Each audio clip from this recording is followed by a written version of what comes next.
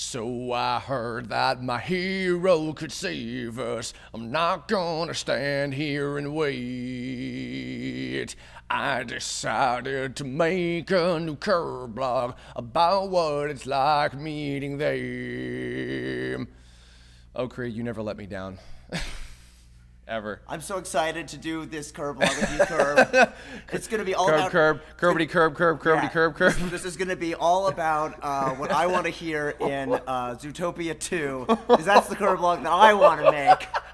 It's okay, here's my idea. Here's my pitch. Okay. It's going to be Send help. 2.5 hours of Nick and Judy furiously making out, and it's going to be called Zootopia 2 Heavy Petting. There's my shitty joke. Hi! Oh, God almighty. Okay, so funny story about this one that has nothing to do with anything you just said. Aw, fuck me. Later. Please. So I tried recording this particular subject like 3 times. I got the submission for this a couple weeks ago, and I was going to do this, and I wanted to wait until Shady and I did the one about BoJack Horseman, but he seemed like he wasn't available that week. Excuse me, I had to burp. And then I was like, okay, fuck it, whatever, I'll just try recording this because I got a little bit of inspiration for it. But I wasn't liking it. All 3 times I attempted, I was like, something's like not right about this. It's like not concise enough to the point or something. I don't know. Fuck it, whatever. So I put it on hold, and then Shady was available. We did the BoJack one. I was like, okay, I'll come back to this one later. And then I thought, you know what? Actually, this would be kind of fun to have Ben on this.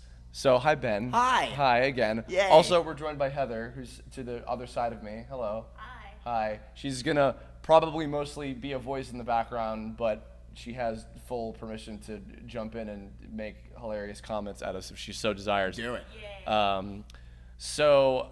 Anyway, so this, what we're going to talk about as we're ending September here, this was from an anonymous contributor, from Tumblr. A couple weeks ago I got this. Here's a curb log suggestion. Being disappointed in creative people you once admired. This harkens back to the phrase, never meet your heroes, because sadly this can happen. Examples include in-person experiences with these people at conventions or even how they present themselves on social media. Do you have your own experience with this? And if so, have they ruined your enjoyment of their works? It's understandable if you can't name specific examples, but maybe just a general overview would be enough. Okay, so let's talk about all of the people that we know who are assholes. Right. Let's start by ruining our careers. Right, so number 1, Xander Mobus. Number God. 2, Edward Bosco. Number 3, Kira Buckland. Number 4, Erica Lindbeck. Lindbeck, definitely. Yeah, Sarah Williams. We got List of all our current friends. yes, that we're friends with them. That is a joke. Yes, Internet. that's ladies and gentlemen. Okay. So the reason I wanted to have Ben on this one because he's stupid. is because I'm an idiot, and Yeah. he seems to be convinced that he's not going to have anything interesting to contribute to this. Nope.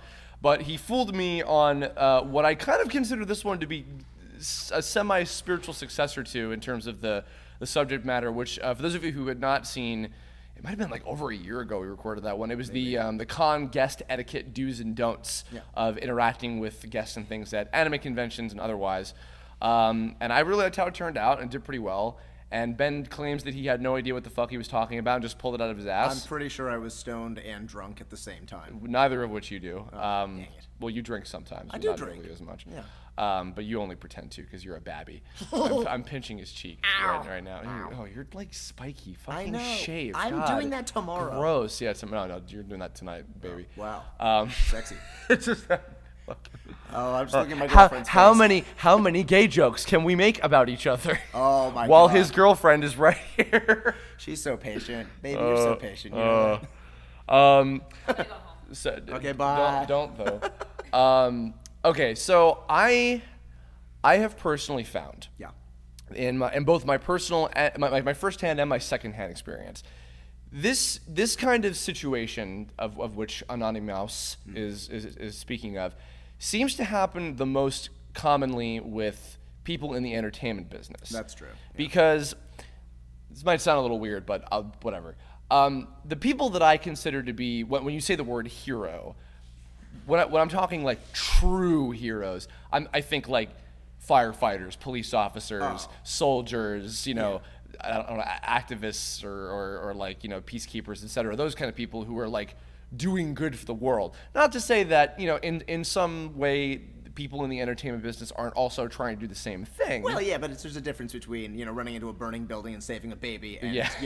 and doing a movie. Yeah, That's yeah. a little different. But, no. But it seems to happen the most commonly, especially when it's like, say, public appearances, conventions, things like that, autograph sessions, etc. So so kind of that's why, like, I feel like the spirit of this question is kind of like a sequel to interacting with guests and people that you admire, etc. So I wanted to start off by actually sharing a story about. Tell us a story, Kurt. Okay. What are you right now? I don't know. Some kind of new Digimon? Sure. Stupid Mon? Fuck you, that was Mon. no, sorry, Digimon Trimon. There we go. Ah. That was really good. So a person who I still consider in a few different ways to be one of my idol / heroes / influences is a guy named Justin Cook, who most of you guys probably know primarily as a voice actor, but he's also and has been, I think, for like at least 10 years now, close to it, the head producer of Funimation. Basically, he is like the guy, like, kind of overseeing everything, like all the production side of everything. And he still does voiceover stuff. People would know him mainly for Yusuke from Yu Yu Hakusho and various Dragon Ball characters, etc. So he was a big influence on me when I was in middle school and early high school, because I followed Yu Yu Hakusho, and then I was listening to a bunch of commentaries that he did. This is around the time where I was going on the TV Tome forums, and I was learning about voice actors and blah, blah, blah, etc. And then I got to meet him this is funnily enough because I just did the one about Otakon a few weeks back, at Otakon 2005. He was a guest there. It was when Fullmetal Alchemist was like taking over the goddamn world. And I got to meet him and et cetera. It was really cool. And every time, I want to actually preface with this. Every time I have met Justin, he has been absolutely nothing but friendly and personable and super nice, totally cool. But that's why I'm prefacing with this, because there's something else to this a little bit later. So I would see him at a few different cons, like in various places. And then there was a point in like mid to late 2000s where I was meeting him, and the same thing, same interaction, super nice, super personal, super friendly, but suddenly I was feeling like, oh man, like I was feeling self-conscious about, as if like I didn't matter to him because he was such a big deal in the grand scheme of the, because objectively, Justin is like a pioneer of anime. Like he is one of, genuinely like one of the key figures in why anime dubs have taken a step up as of late. Certainly why they have for Funimation, and why anime has spread a lot more in general in the U.S. And for some reason, I was taking personally, personal interactions in a negative way, where I was interpreting his being totally nice and totally cool like he was before as like, oh, I'm just some peon. Who the fuck am I? Like, why do I matter? And whatever, he's too cool for me or something like that. Like, I internalized that and made it into something negative. A little bit of time passed, and then he did an interview, which I will link to because it's totally worth listening to. He did an interview on the Anime News Network podcast. This is a couple years ago now. And he basically talked about how he got into the position that he is, why he took the position of head producer. And the short version is the reason why is because the previous guy, Barry Watson, left, and they needed a new person in his place. And it was a choice between either, okay, I can stay where I am and be more on the creative side in terms of like directing shows like Yu Yu Hakusho, et cetera, and being like a line producer, or I can be the producer and oversee everybody else and make sure that everything is going smoothly and be a person who understands anime and what needs to go into it, et cetera. And so he took that job, and then that's where he's been ever since. And when I learned that, I was basically reminded of, again, like why I admire this person so much. So then a little while later, I ran into him again at New York Comic Con. There was like some kind of after party thing at like a bar or something, and I happened to cross him, and I sat down, and he remembered who I was.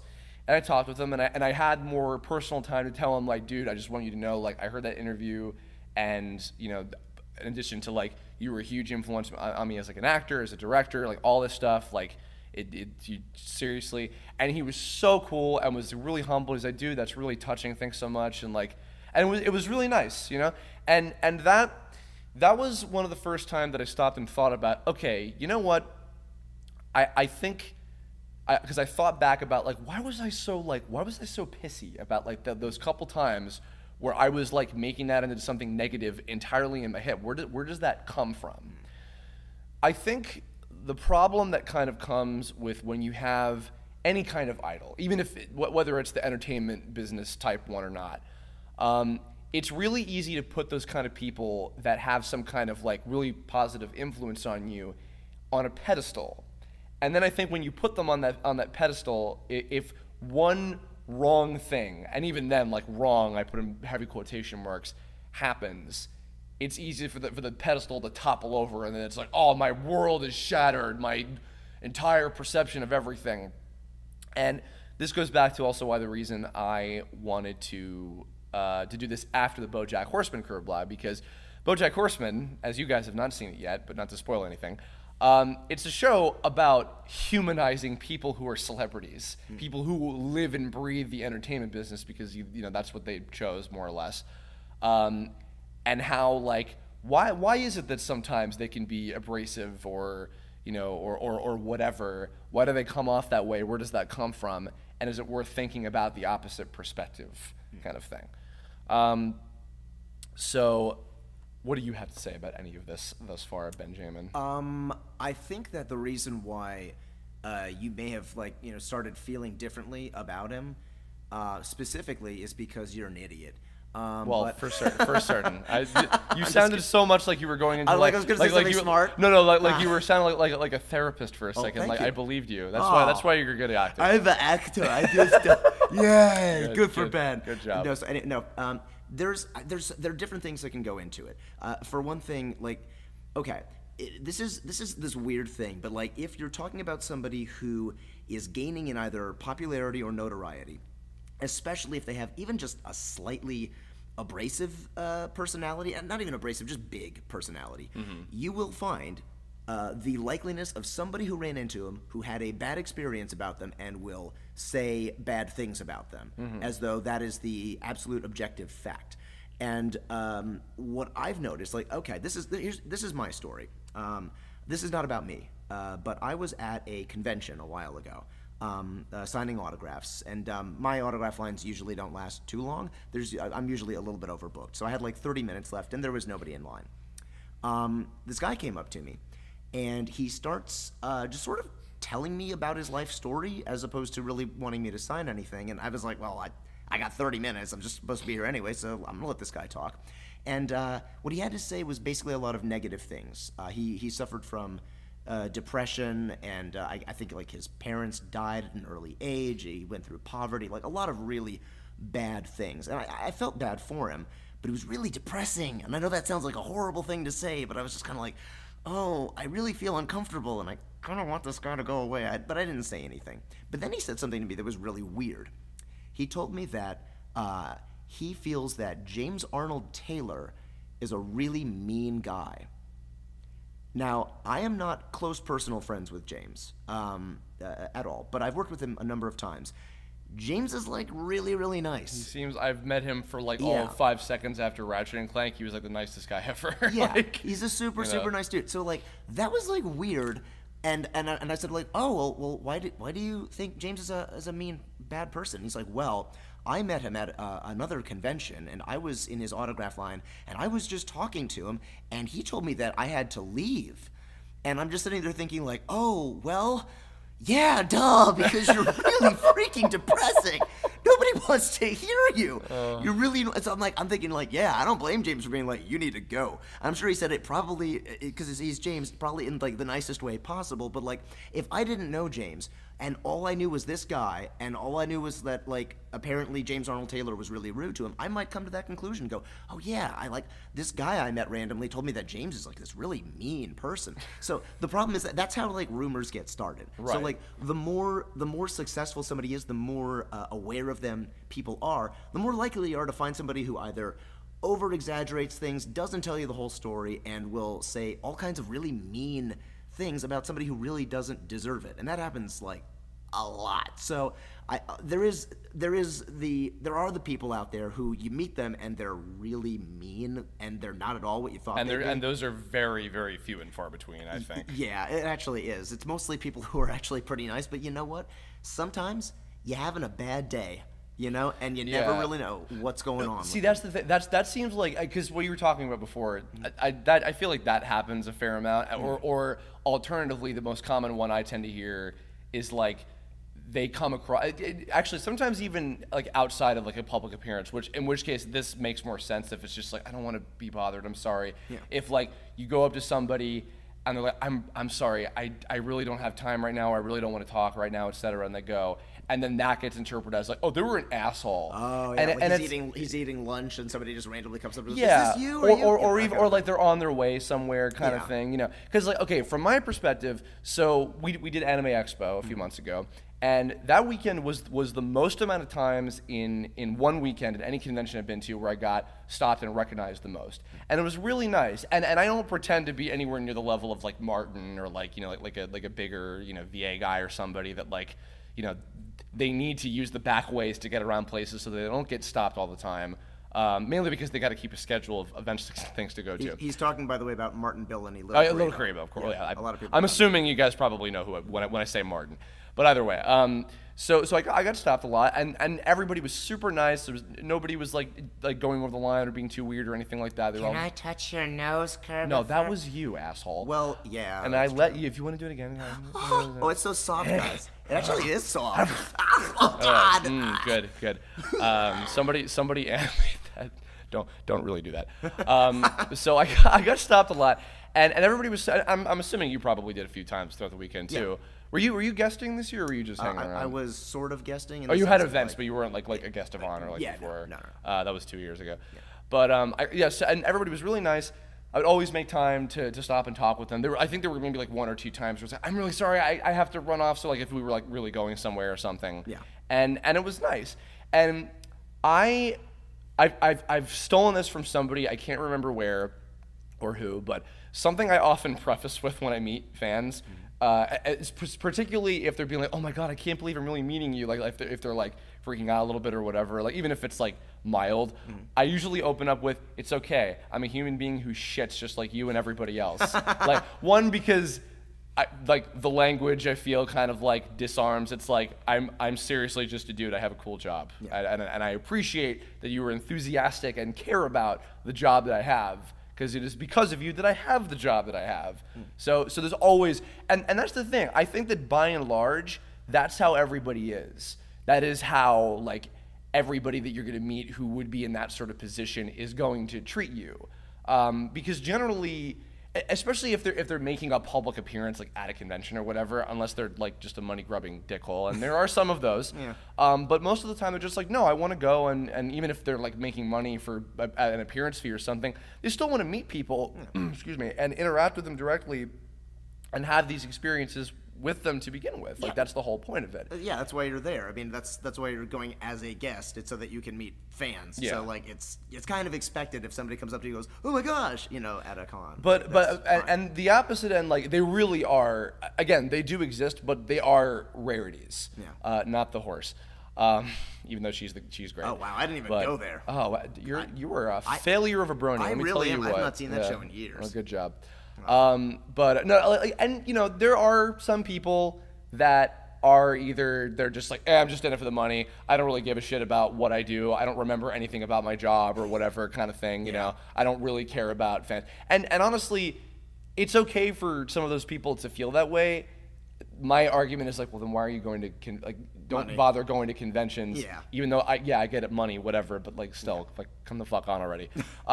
And there are also people who do conventions and I'll say, shirk on their responsibilities towards fans in terms of like, just doing bad shit. I'll leave that particularly vague. And those people are not cool. But again, very, very grand minority compared to generally everybody, from my experience, is super cool and super accepting and receptive.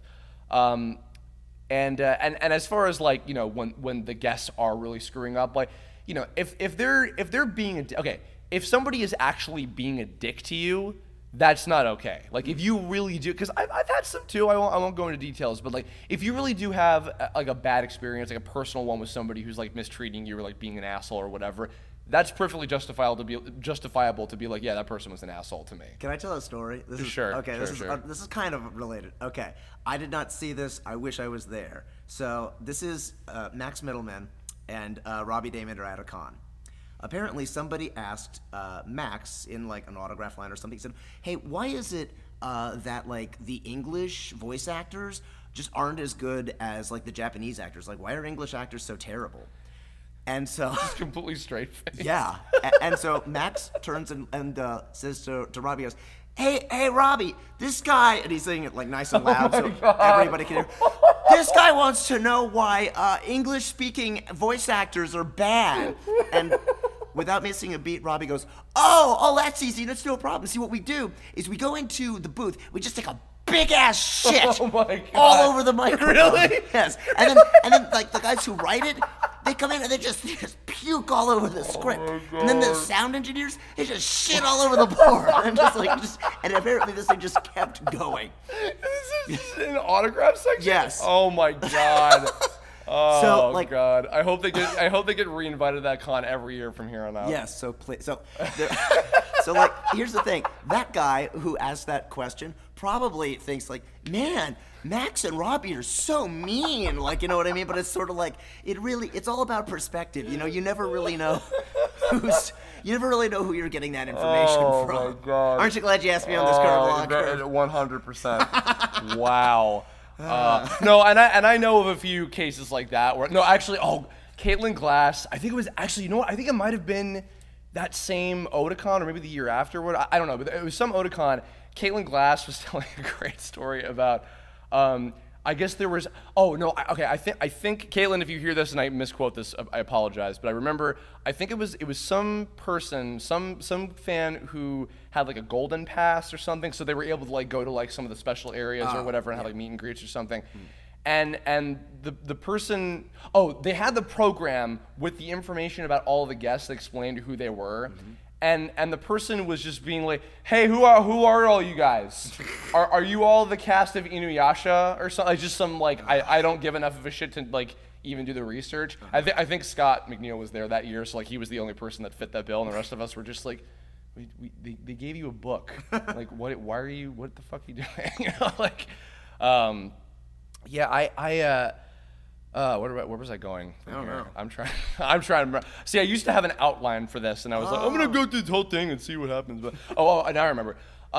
Actually, no, this is good piggybacking off of your story. Yeah. Funnily enough. All right. So I think that yes, while there are cases where people in those kind of positions, yes, they go over the line, they shirk in their responsibilities, or they're just black and white, they're just being dicks. Like that happens. It's unfortunate, and fuck those people. Generally, most of those people don't get invited back to conventions, by the way, most of the time. But I think that actually what's more kind of relevant to this particular question is the fact that what I find happens a lot is, and typically it's based in it's coming from a place of positivity, but it just goes too far, where the people who are like, on the worshiping side, and I know worshiping sounds kind of extreme, but like who are idolizing, who have the oh, you're my hero kind of thing. Yeah. Something I've been hearing a lot tossed around lately. We were talking about this. We had dinner before this. We were talking about this before. I had pancakes. Good, thank you. Yay, Everybody, I'm contributing. everybody needed to know. They did. I had a burger. What did you have? I think you had panini, right? Pesto sandwich. Oh, okay, good. This is extremely important information to the Yes. story. A phrase that I hear get tossed around a lot that it concerns me is "you saved my life," right? Now, circling back to the bit about the what I consider to be like true heroes. Yeah. If you get rescued by like a burning building, by a burning building from a firefighter who was trying, they're scary. like scratch that, reverse it. Rest in peace, Gene Wilder. Then that's a case where it's like wow, I owe that person my life kind of thing. Yeah. And even then, I actually have a good point. Remind me. I have a point that I don't want to forget this time. about a Hey Arnold episode. Okay. Hold on to I'll that. just remember Hey Arnold. Right. Episode. I'll scream it at the top of my lungs. Don't. Jesus fucking God. You just turned into Bulbasaur or something. Good God Almighty. Sorry. Happy birthday, Tara. We're on the day that we're recording this, so not the day this comes out. Yeah, not the day it's coming out. Anyway. Happy belated. Happy a week ago. We're breaking the fourth wall. Anyway, okay. Here's what it breaks down to. So say you have somebody who is depressed or sick or has some kind of problem, etc. Yeah. And they're watching a TV show or playing a video game, watching a movie, something, right? Or even actually, you know what? Because we've been talking so much about in the case of actors, but I think this can apply to artists and creators as well. Sure. Have it be a little bit more broad. Experiencing some kind of creation. I'll start with actors first because this is kind of like on a lower scale, where it's like, excuse me, you meet somebody at a convention and it's like, I watched this show when I was depressed / etc. And your performance on this character, I'm burping a lot because that burger was really good. Sorry. Your performance in this character was so incredibly inspiring, and I loved this character so much, and they really got me out of my depression. I just wanted to say you did a great job. Yeah, sure, kid. You want to sign your titties? Sure. Next. Again, the rarity. No, but and then here's the thing too, because while we're on the note of voice actors, Yeah. not every single voice actor that is working in the business is going to remember absolutely every single moment of every single episode of every single thing ever. Yeah. Now, because of how big animation has become, I think that generally people that work in this business do get a little bit more invested and do make an effort to remember stuff, so that when those kind of things happen, they'll have something to talk about. But even if they don't, it still comes down to like, that's really cool, man. Like, I'm really, really glad to hear that. And even if I was like some very small part to help you get back on your feet, that's awesome. What I just described, that is a totally healthy way of going about that kind of story. Because those are great. Whenever I hear those, I mean, hell, when I hear that about my show, even, I'm like, that like means the absolute world to me.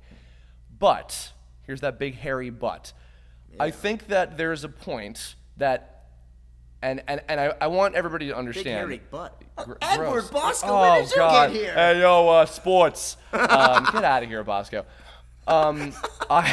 Jesus Christ. He's gonna kick my ass. No, he wouldn't dare touch you. He'd have to go through me first. Okay. I want everybody to understand that I am not picking on anybody for going through this. Again, this is out of concern, not out of what a fucking bunch of idiots or whatever. I see that people take what I just described, that kind of situation, and go too far with it, where it's like, your performance was so good, and I related so much to that character that when I was depressed, and you saved my life. Yeah. That, personally, I feel, is to a point of unhealthiness, because that's projecting, like, your sense of happiness onto, that's almost making your happiness a responsibility to that person. And I'll even get as specific as this. If it's like you were the English voice of a character in the show that was created in a different country, all by people that I don't know and that you don't know, and you had nothing to do with the creation of, you went in, you did a bunch of recording, and etc., and I liked your performance a lot, and I'm projecting the happiness and the uplifting that I got from experiencing this character onto my interaction with you, and I am insisting that you are directly responsible for me being okay right now. Like, yeah. And I know that sounds kind of extreme, but that when I hear those kind of things come up, that's what makes me think, okay, that's maybe going a little bit overboard with what you're taking away from it, kind of thing. Yeah. Now, on another hand, if say you're at like a bigger one, like a San Diego Comic-Con, and you're meeting like the creator of a show, like something on like on TV or whatever, right? And they are directly responsible for the creation of the show. In that case, sure, maybe it's a little bit more justifiable because they're directly related to it. But they didn't make that show just for you. No, and I'm sure that certainly a part of the creation comes from, like, I hope that people like this and enjoy it and get something out of it. That's typically, especially if it's a creator-driven show. You know, maybe not a toy-driven show because they want you to just buy product. But either way, Hey. either way, Optimus Prime's death meant a lot to people. So you know.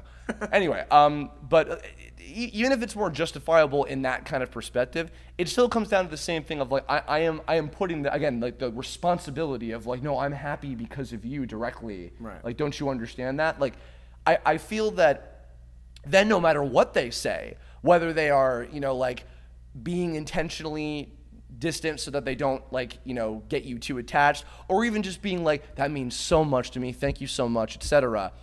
Then no matter what they do, You don't understand. yeah. No, you saved yeah, me. because that's the thing.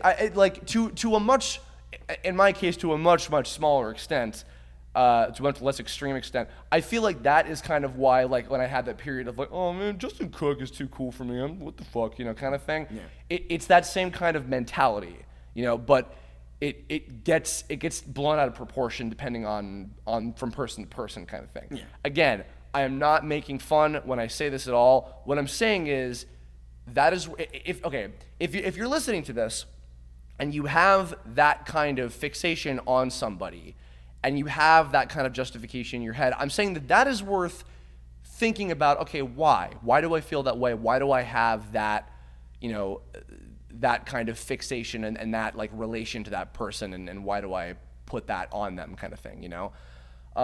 Because I think that there are ways to manage that in a little bit of a more balanced way, I guess. Almost like there's some sort of thing they could act out that would balance. Shut up, you fucking idiot. Oh my god, you're the second person to say balancing act out of total not related to that at all. Really? Yeah. Aw. Yeah. I thought it was the first. Shut up. Okay. Don't shut up though. Do you actually have anything? Oh, about I don't. that? You know, see, part of me, I look at this. I don't know that it's necessarily unhealthy to project yourself like that. The only time it becomes unhealthy is if you are expecting something from them and not getting it, because you know, then it's almost like it almost has the reverse effect. You know, if you feel like oh my gosh, Dezel in Tales of Zestiria really spoke to me, and I am that character, and I get it. And you meet Curb, and you're like, you made my life because I get this character so much. No matter what he says, it's probably never going to actually make you happy. And so I feel like it's actually going to make you realize that the character and the actor are two very different people. And it'll almost make you feel like the thing that saved your life isn't real. Right. And that can almost backfire on you. Yeah. That's the only real reason I think that it's actually unhealthy for you, is because there's ramifications for putting too much faith. It's like putting all your eggs in one basket. It's self-destructive. It's like Yeah. unintentionally self-destructive in a way. Yeah. The thing that I think is important, and again, this goes back to like why, because like in BoJack Horseman, again, this is why I wanted to do this after the one with Shady. BoJack Horseman, it's all about humanizing these people who are in these kind of positions. Yeah. And a lot of those characters like have those kind of interactions with other people that like follow their work or whatever in different kind of ways. And I think what's important to get out of that and think about in real life is that everybody is just a person. Even if they have a really fucking cool job that, you know, is directly relevant to your interests and your life, etc. Pardon me, so burpy. They're still a human being. You know, they're still a human being that, by and large, they go home, they take the trash out, they go to sleep. Here's something you can do. It's a really simple exercise. Okay, here's what you do. Take your number one favorite celebrity. All right. I'm gonna pull a random. I don't actually have a favorite. Chris celebrity. Evans. Chris Evans? Sure. Perfect. Chris Evans. He's so hot in Captain America. Oh my gosh. Okay. All right. I would touch his pooter. Sorry. Go ahead. Thanks, Gerber. All right, here's what I want you to do. Let's say it's Chris Evans. You picture whoever the heck you want. All right. I want you to picture this celebrity. They are crouched on the toilet, gripping their stomach in pain, going, God, why did I eat those tacos? And having a massive diuretic shit. Just crapping like You know, I diarrhea. thought you were going somewhere with this. I am. Hang Okay. on, I am. Okay. Here's why. That has probably happened. I don't care who it is. I don't care if it's like some super sexy lady, some super sexy male. Everybody goes through that. It's kind of like everybody poops. You know what I mean? Yeah. That's what I want you to think about, because that probably has happened. They are regular people. Everybody is a regular person right now. At the end of the day, I don't know, some celebrity right now, let's say Chris Evans, right now it's about 10, 12. You know what he's probably doing? He's probably, I don't know, watching TV. I mean, he's probably doing some normal ass crap right now. So there's really no reason to picture these people as being larger than life because they're just alive. No, just they're human beings. but that's the thing, and it's so easy, and especially if like you're just like a what you consider to be a normal everyday person or whatever. It's so easy to put like, man, they're Captain America, or like, oh man, they made this cartoon, like holy shit. And especially when you're young, Yeah. you know, and you don't have as much of like a life perspective in general, it's really easy to put people on those pedestals and the closest equivalent of like gods on earth kind of thing. You know, it's a little extreme sounding, but this is an extreme curve log. We're wearing backwards hats and on skateboards the entire time recording this. Well, bud. What? That's from a Goofy movie. Oh. Yeah, I know. Yeah, it's after like the big concert. There's this dude who comes up to it wearing like a lot like what you described and goes, "Well, bud," and I'm like, I've never heard anybody say that phrase. Is that fucking what's his name? The Leaning Tower of Cheesa guy. No. Just a random like. Okay, well then guy. you've contributed nothing yet again. Aw. It's okay. Goofy movie. I made a reference that you didn't get. That's pretty good. Comment. I like the part when Ben Diskin made the Goofy movie reference. Anyway, what the fuck was I talking about? Since I can remember. Anyway, I'm not gonna laugh anymore. I'm certainly not gonna laugh at you anymore because you're killing me. I'm sorry. I'm lying though. Yeah, I think that, okay, actually, you know, here's another good example. Actually, this goes back to the true hero sort of thing. Okay, my stepdad, Kevin, is a firefighter. Oh, cool. Kevin is an old school dude. And he and I, as a new school, new age, you know, yuppie scumbag, we don't see eye to eye on a lot of stuff. But he's my stepdad. He's been happily married to my mom for many years, and he was a firefighter. You know, he literally, his career was saving babies out of burning buildings. Yeah. Going back to the full circle, 30 minutes ago. And I respect that. And like, even though I'll be like, Kevin can rub me the wrong way sometimes. Kevin can annoy me sometimes, whatever. Like, but he's a really good guy, you know. And he's a human being who has issues like everybody else, you know. And I don't think he'll never hear this, but he wouldn't mind me saying that. You know, even because I've talked about, I've been marathoning through Breaking Bad. Like Hank Schrader is totally like that, where he's like, he's a little rough around the edges. He can be kind of a dick sometimes, but he's a good guy. And he's a cop. He's working to protect people from drug abuse, etc. Pardon me.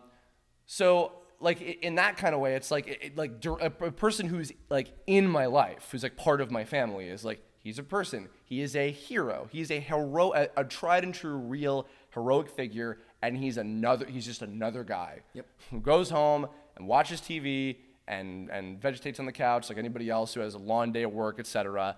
And that's how it is for everybody. And sure, maybe there are some people who lead more eccentric or extravagant lives if they want. You know, certainly Bojack does that, but Bojack is an unhealthy, weird, fucking train wreck of a person, of a horseman. Money can't buy you happiness. Yeah, no. So I think that don't make the joke again or I'll kill you. The emotional balancing act to keep, I know, haha.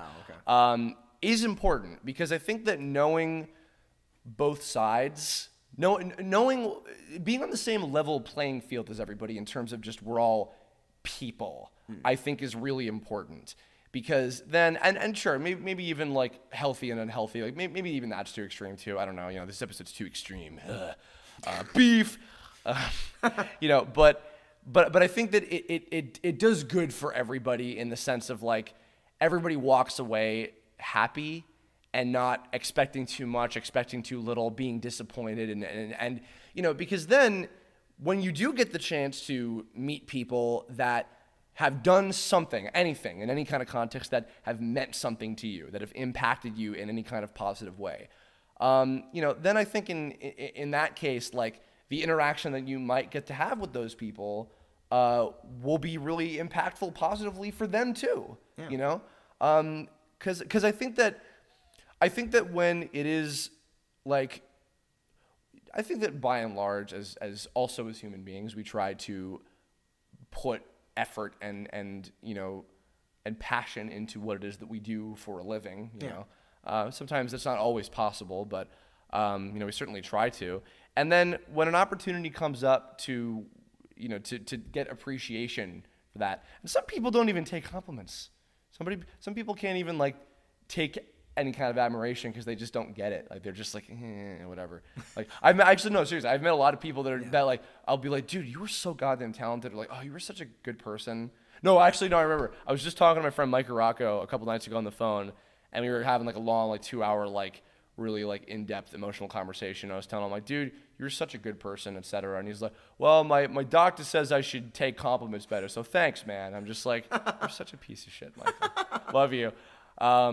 Yeah, so I don't know. English, what do you have to say about this shit? I feel like the real reason why people say never meet your heroes is because nobody can ever really live up to the image that you put on them. Yeah. And I mean, like, obviously, the closest I can come to this is that I'm a voice actor, so I'm gonna have to like talk about acting. We're not the characters; we're just the guys who do the voices. So like, if I play some really heroic character, it doesn't mean I'm a hero. If I play a villainous character, it doesn't mean I'm a villain. And so I feel like people automatically come at you with certain expectations as though you are the person you appear to be. I mean, here on this Curblog, like right now, I'm talking fairly frequently. I'm mostly letting Curb take it over because it's his show and all that stuff. But in real life, I'm the quiet one. It's my show. It's your show. But in real life, like, I mean, okay, we have a friend of ours, Michael Johnston. I already know where you go. His impression of me is, and you can't see it, but it's just me. It's just a smile and a nod. That's it, because that's all I say. He doesn't even say Yeah, he just smiles and nods. He just smiles, stares blankly at you, and he just like nods his head all affirmatively. That's his impression of him. Because in real life, I'm the quiet one in our group. Hey, Heather, can you do your impression of Michael Johnston, please? I haven't met him. No, when from the Curblog, remember? Yeah, but you got to get on mic to do that. You have to get over here because we can't hear you from over there. You're too quiet. Your impression of Michael Johnston on the Zestiria Curblog talking about Mick Leo. Yes, do it. Do it. He sprays stuff with his staff that sprays stuff with a staff that sprays with a staff that sprays with a staff. We talk about food a lot in this game. Oh my god. Mick Leo's really like good with He's smart. Yeah. Yeah. We love you, Michael. Oh my god. Anyway, I'm really sorry I've never met you. Sorry. I'm gonna link this to him, and he's gonna be laughing at that. I want to meet you though because of that Curb. Specifically because of that, not because of Teen Wolf or Tales of Hysteria or anything. That, again, I'm sorry. No, I hope you've all enjoyed the "Let's make fun of all of our friends" Curblog today. You know who sucks? Who? Xander Mobus. Let's talk about Xander. God Almighty, he's too fucking tall and handsome. He should die. Jesus Christ. No, but anyway, the point is, like, in real life, I am a quiet person. Here, I'm laughing and I'm being loud, but in real life, I'm quiet. And so if you meet me in person, you're like, God, he's nothing like he is when he's like a Curblog guest. Like, well, that's because that's not how I actually behave in public. So what you're saying is you're being fake right now. You're being a fake douchebag. Yes. Don't meet your heroes. Don't meet Ben because he will turn out fake douchebag, liar, piece of shit, scumbag. Absolutely. Yes. Who touches Curb's nose? Such a disappointment. I'm so soft. Oh, stop. He's not even really doing it. I'm miming it. He's lying to you again, right now. He's lying. I shouldn't have. Why do I have you on? Because you're My dumb. God. You're dumb. Very. Curb. Extremely. Extreme. Extreme. This is an extreme Curblog. 90s. This is turning into a fucking BoJack. Can we just start train talking wreck. about Kim Possible if we're talking about the 90s? That was a good show. Let's do it. Was that the 90s? I'm pretty sure it was. I should have grown up with that show. Oh wait, no, it might have been early 2000s. No, it was 2000s. Ah, It crap. was. All right. I don't know dates. Naked Mole Rats. So. Oh, hey. What? Hey Arnold. Oh, yes. Oh, that's right. Okay. Oh, actually, this is a perfect way to end it. Holy Jesus Christ. Okay. There's two particular episodes. I think this might have been after your time as Eugene. I can't remember, but there's two particular episodes of Hey Arnold, and if you grew up with them, you'll know that. If you were a 90s kid and you're extreme, you might know what they are. But if not, then I'll give you the lock lines of them. One of them was about Sid, one of the other kids at school, who got accidentally saved by Arnold, who happened to push him out of the way of something that fell on him and would have killed him. To which Arnold is like, well, I didn't mean to, and also I don't think that would have killed you. And Sid is like, no, Arnold, you saved my life. And so for the rest of the episode, Sid dedicates himself to being a slave to Arnold and makes himself totally miserable. Arnold is totally miserable having him be a slave, and he's like, he won't listen to me. He won't stop. So fuck it. I'm just going to give in. I'll just let him do what he wants because I can't talk any sense into him. Until they both realize, oh my God, we're miserable. Why are we doing this? And then they have the stereotypical thing in every one of those types of episodes where it's like, then Sid saves Arnold's life, and it's like, now we're even, and now I don't have to do what you say anymore. And he's like, but I didn't make you do anything I said, whatever, bye, kind of thing. And then another one that I just rewatched semi-recently, it's one of my favorite episodes. It was about when Arnold had to do a book report, pardon me, I was spraying Ben with nose air, with my staff. Christ Almighty, Jesus. Arnold has to do a book report, and he wants to interview the author of this book that this book series he was a big fan of, all these children's books, and he happens across meeting them, and they're this just like raging old bitch who's like super mean and nasty. She's like, get the fuck out of my property. Like, she doesn't say fuck, but get out of my property, you little brat, kind of thing. It's a great episode. And so he's just like, no, I just want to talk with you for a couple minutes and have you answer a couple questions because this is a really, really good point. I'm glad I didn't forget. Thank you for reminding me. You're welcome. Where he's like, because you wrote these books that I care about and that had a big impact on me, I want to do this report about it. Eventually, after like a whole solid week of her like ignoring him and like yelling at him, etc., she's like, if I answer your stupid questions, will you please leave me alone? So he goes in, he asks her a few questions, she's super mean about it, and basically is just like, I didn't fucking care about any of the things that I wrote, and blah, blah, blah. I just made up a bunch of lies to make money and to get kids to believe in all this nonsense till they grow up and old and tired to realize it's all a bunch of bullshit, kind of thing. And he's like, now get out. And he's like, okay. You're still my favorite author, though. And she's like, what are you talking about? Even after all those things I said? He's like, yeah, because you wrote these books. And these books were a huge impact on me, and I love them. And just because you're mean and nasty and you don't believe in them or yourself anymore, I don't care. I still love your work. Bye. And then she's just like, shit, man. And then she makes a new book that's inspired off of her interactions with him, and it's adorable. The first one that I mentioned parallels to what we were talking about earlier, where there's a balance you got to keep that's not going overboard. And thankfully, I've never seen in real life a case like what Sid did, because that's really like when that would be borderline stalking. Yeah, more or less. I mean, yeah. But the characters are like 9, so whatever. And they're friends; they know each other. Yeah. The second example actually is something that I think. Oh, actually, this is part of the question of has this ever ruined your experience? Okay, I'm obviously not going to name names. In the entertainment business, as James people who are Arnold Taylor is a fucking douchebag. No, he's wonderful. He's not. We're joking. Go check out his YouTube channel. Actually, he's doing a lot more. He's doing vlogs these days. Actually, gross. So I was talking about how yes, there are people who are assholes. Yeah. Mixed in once in a while. Mm-hmm. Unfortunately, people who are assholes that are also talented and get their work done, they work.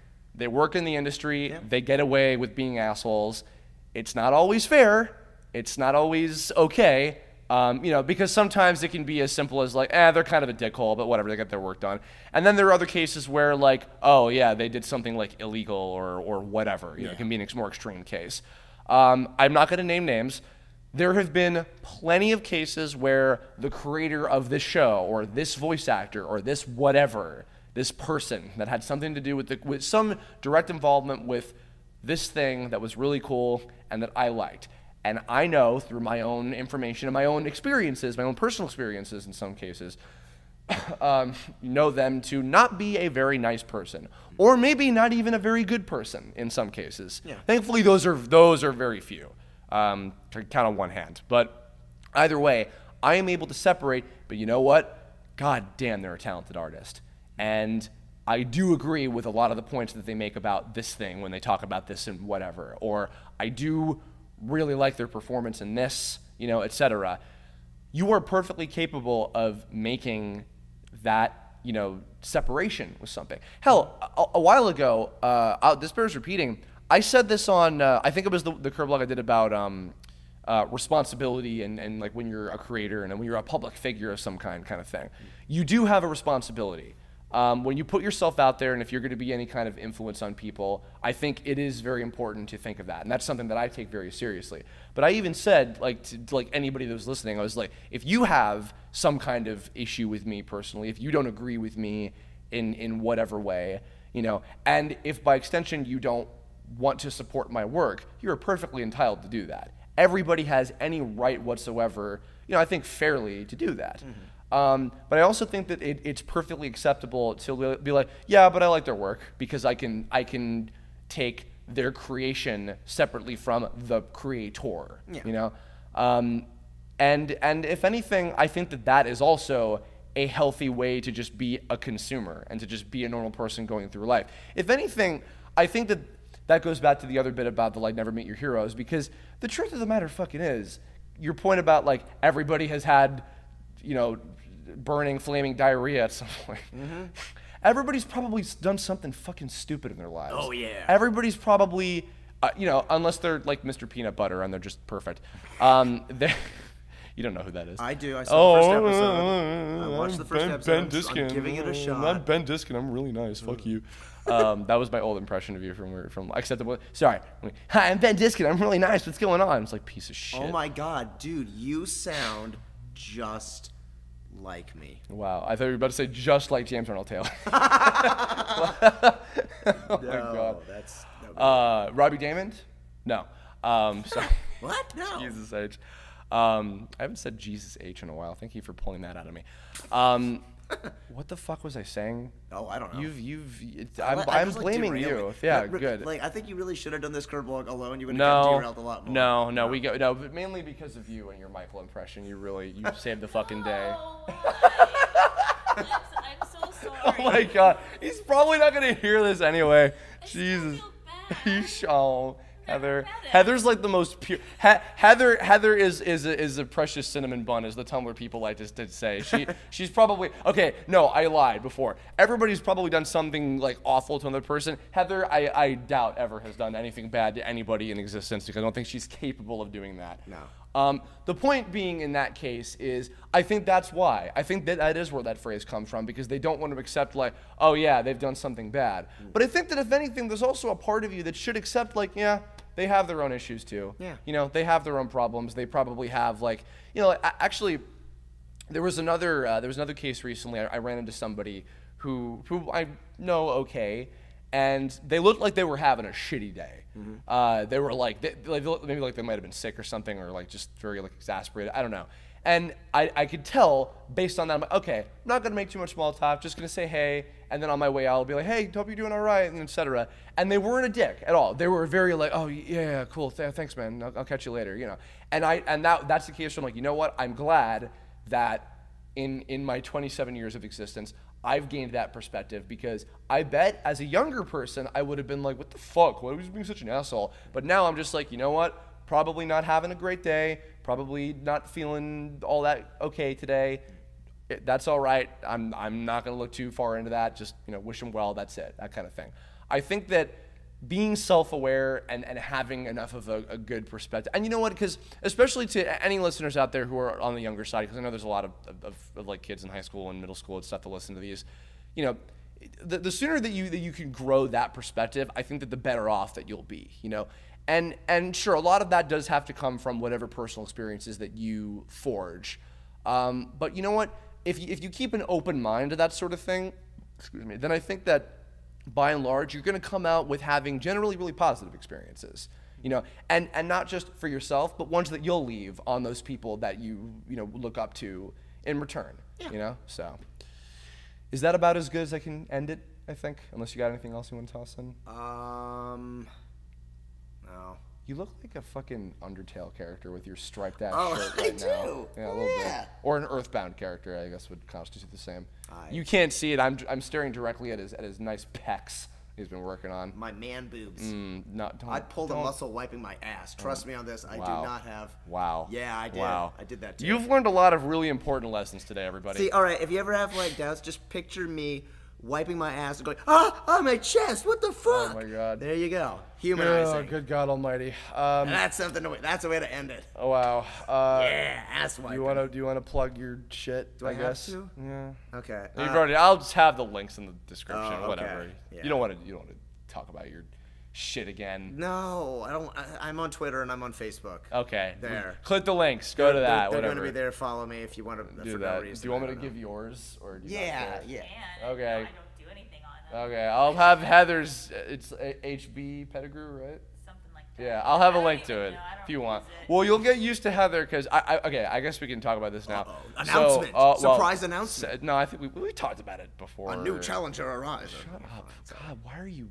Why am I here? Just die. Okay. Don't though, because I need you for January when Kingdom Hearts 2.8 expert segue. HD, the final chapter, fucking get on with it already, comes out for PS4.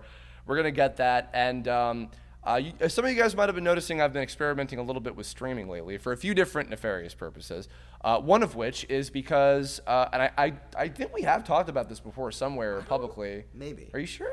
I feel like we have. Have we? Yeah, maybe on like one of the other curb blogs. Either way, okay. we want to stream a playthrough of Kingdom Hearts, of specifically Dream Drop Distance, the HD version that's going to be on Final Chapter Prologue, because Ben and Heather recently played through all the Kingdom Hearts games on the HD collections that Heather had, and so now they're fully engrossed in the mythos of Kingdom Hearts, as it were. But Ben, as the voice of young Master Xehanort, has actually not played Dream Drop Distance, and primarily, I want to play through the game with him mainly so I can get his reactions of hearing his own lines and being like, oh, that's what I was talking about like 5 years ago when I recorded that, and I had no fucking clue what I was talking about.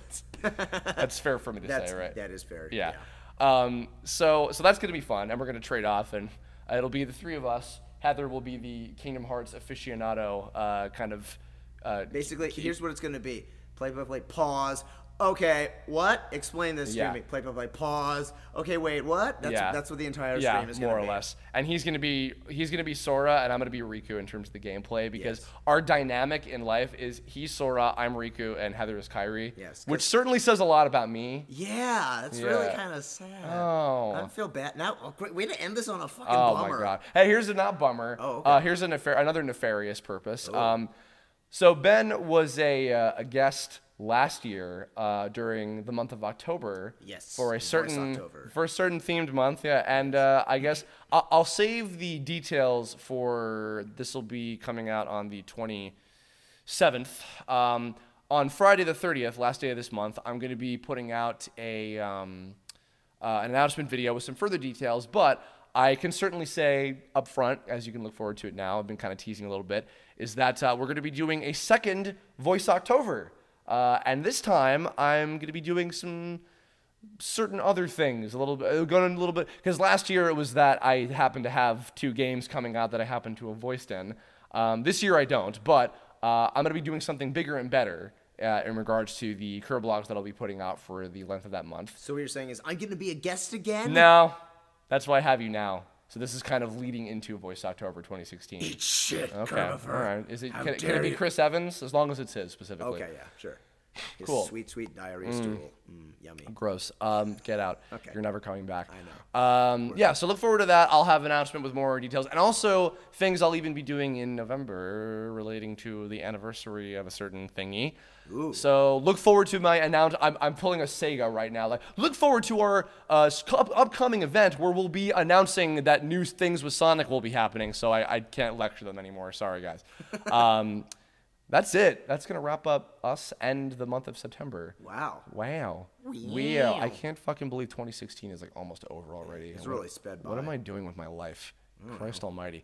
Hopefully I'll have something of significance to talk about soon. Yay. Not counting the Kingdom Hearts stream. That's but pretty significant. it'll be fun. That's going to be your first time actually streaming video games, isn't Yeah. it? All right. So It means I've given up already. Oh, okay. In the comments below. Tell me about your fucking, I'm gonna kill you, experiences with meeting your heroes. Good and bad. Don't have to mention names if you don't want to. I met Curbifer at a convention. And he was a fucking totes bro. asshole, Yeah. man. Yeah, no, please. No, go ahead. Actually, this is like the worst time to bring this up. I just Sure. realized. Okay, because it's like the curb blog's over. But okay, there was this one time when you were an asshole to this dude, and I was sitting right there for it, and I was kind of like, oh shit. So we were at Talking Tunes. Wait. But you had okay. Actually, okay. I'm not having the end card to whoever's editing this. Never mind, because you were telling this story on a fucking panel. I was. Somebody recorded it, and they didn't record the end of it. Yes, that's right. Okay, and also for the record, the person he's about to talk about was not a fan. He was not. I didn't know who this person was. Carry on. Okay, so we were at Talking Tunes, and Talking Tunes, for those of you guys who don't know, it's Rob Paulson's podcast. It's done at the LA Improv. Yeah, the Hollywood Improv. Hollywood and Improv. it's like a live event and stuff. So this guy like comes up to us. We're just hanging out. We're like sitting at a table, and it's like Was somebody else? I think was it just you and I? I think it was just you and me. Okay. And we were just sort of hanging out, and it's like no matter where we would go, this dude was just kind of always sort of there, but not really interacting with us. Then we sit down, and he just kind of comes up and just sort of has a seat with us. And we're both kind of looking at each other like, oh, I wonder who this guy is. And he says, Oh, and like, for the record, I think he did. I think we were talking about voiceover we were. shit. I mean, okay. to be fair, we're at a voiceover thing. So Yeah. like everybody's talking about voiceover. But anyway, course. he comes by and he's just sort of like, hey, I really liked what you did with Tome. He just like comes right out of nowhere and like, Oh, wait. Oh, then I'm thinking of a different thing. oh, you're thinking of a different thing. Yeah. Okay. No. Well, either way. Okay. Well, then okay. this person was a fan. I might be thinking of a different story. Either way, Like, carry on. He Carry knew on. we were. So and like that was this moment where you were just kind of like, whoa, where's this dude coming from? Because he just kind of came out of nowhere with this whole thing. Like he just immediately recognized you and stuff. And he started off by saying like, oh, yeah, I wanted to let you know that I'm a voice actor. Oh, Now okay. you remember? Yeah. Okay. And like you kind of shut his ass down hard. You were like, okay, what have you done? And he starts like naming some like an online project that I guess Right. like Yeah. yeah, and you were just like, okay, no.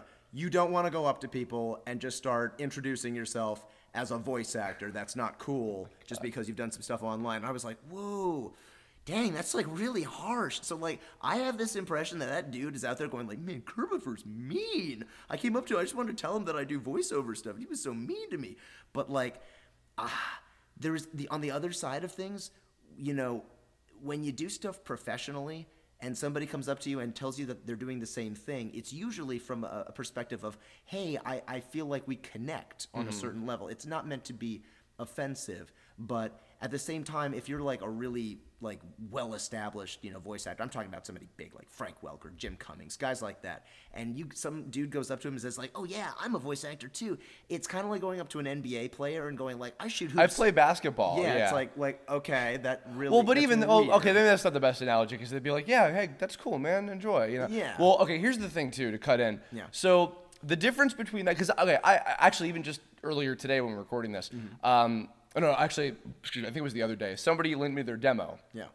Most of the time, my answer to when people ever ask me for advice on voiceover specifically, most of the time I'll link them to iwanttobeavoiceactor.com, which is Dee Bradley Baker's website. Highly recommended. Yeah. I usually, if I can tell, like, okay, they're starting out and maybe they're not sure if they're fully taking this seriously, I'll link them to that and say, read all of this and really determine if this is what you want to do and then, you know, take the next step kind of thing. Yeah. My perspective on that is if people are asking for advice, I try to be real and blunt with them because this goes back to the responsibility thing.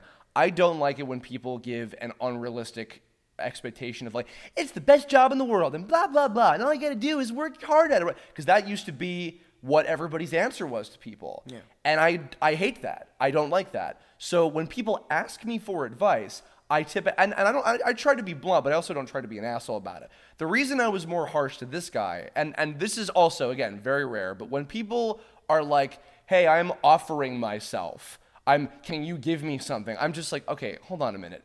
I don't know you, and this is your first interaction with me is you come up and you're basically saying like, hey, can you give me a job? Like, yeah, thankfully, most interactions I have with folks like that are not like that, but I don't like to bullshit. I would much rather be honest than be like, oh yeah, man, yeah, totally, I'll be in touch or whatever. Yeah, send me your demo and your email. Because I'm not gonna lie to you. I'm gonna be flat out like, hey, that's not cool, and you shouldn't do that. Which I'm assuming is that where you were going with it. Yeah. Yeah. So like, I mean, that's one of those things where like, that guy would be. I think you'd fall into the category of meeting his hero. I mean, like I don't know if. Well, I don't know if that was the case. Okay, hero might be a strong word, but like person he's familiar with, person who's that sort of thing, and he probably came away from that thinking, oh man, this guy's so mean, not really quite understanding why you were behaving that way.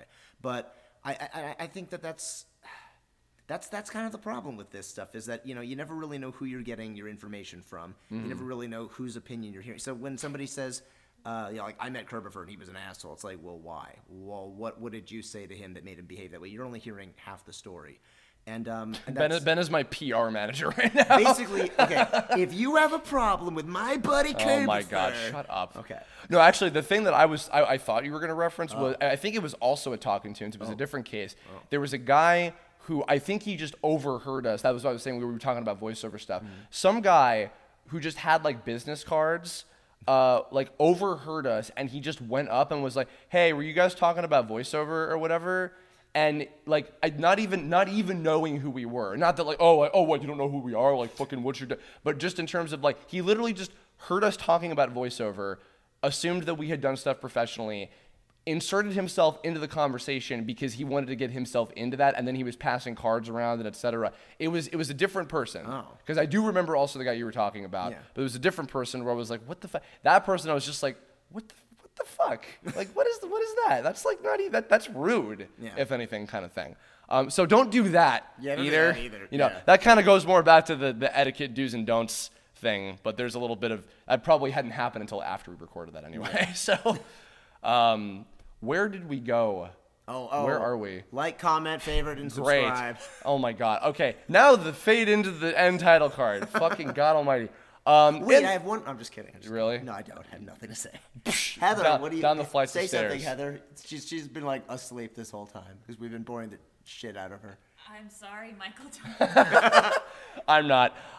Do the end thing, but do it as an impression of love, Michael. If you have Curblog topics for the future, yeah, I mean, you can leave a comment about it if you want. You can like send him a message on Twitter or Tumblr. I don't really use those much, but you can send them to him if you want. Yeah, and where are we? Michael, we're in your room. Oh wow. Yeah. Everything is fine. Everything is peaceful. Oh my God. We love you, Michael. We really do. We're just being assholes. Oh my God. It's late. Don't meet us if we're your heroes because we're assholes. That's the moral of the story. Oh my God. Yeah. So I guess I won't be taking Curblog topic suggestions for a while. You still more than welcome to leave one if you want. I might hold off on them until like November or so. But look forward to Voice October and other things that I have planned in the future. Ben, thank you for coming here and ruining everything. My I guess. pleasure. So when are we doing the Zootopia 2 Curblog? Bye. Bringing everybody. it all back. Bye. Bye.